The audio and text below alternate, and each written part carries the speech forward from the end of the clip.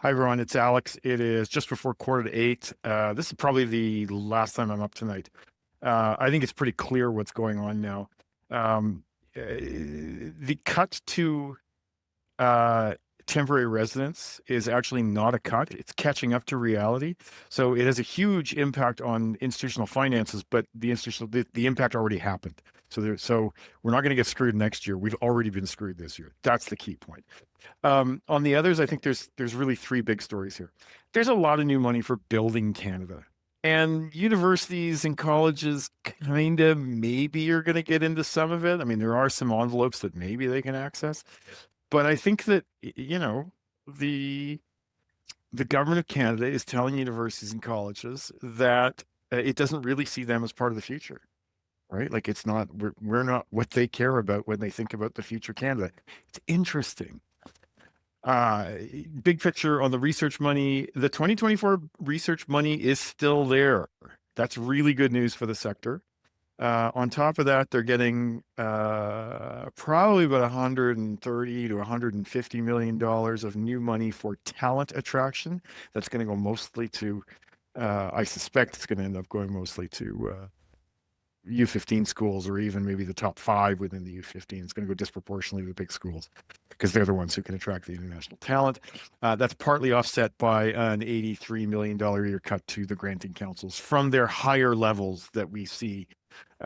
So 83 million cut from the increased numbers from 2024, not the existing numbers from today. So yeah, so universities probably are winners to the tune of between 50 and 70 million dollars a year out of this budget, plus whatever they might get in infrastructure money.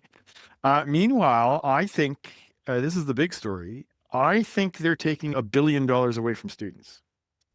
If you look very carefully on the table on page 273, there's $1 billion in 25-26. That is the fiscal year that we're already two-thirds of the way through, halfway through.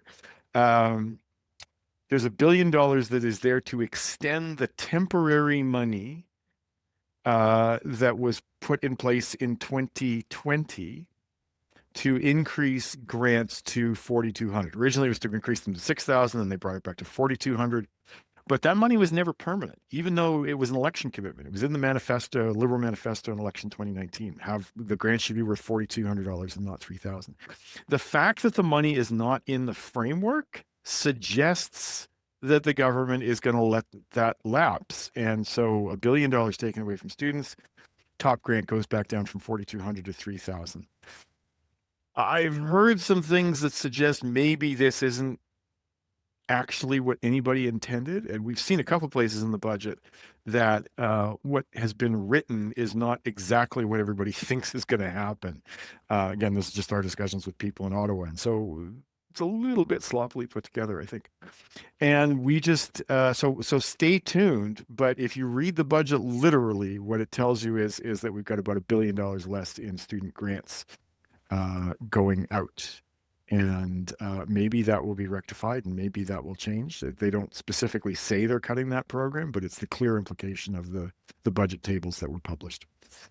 Those are the big stories, guys. We'll be with you. We'll be in your inboxes by midnight, we hope, with a full roundup of all the things. There's lots of things to talk about beyond those three big ones, but those are my big three takeaways. $1 billion less for students, few tens of millions more for institutions, particularly the big research institutions, and generally a continued dissing, let's put it that way, the university and college sector by the federal government. So there you go. Have a good evening, and we'll see you tomorrow morning.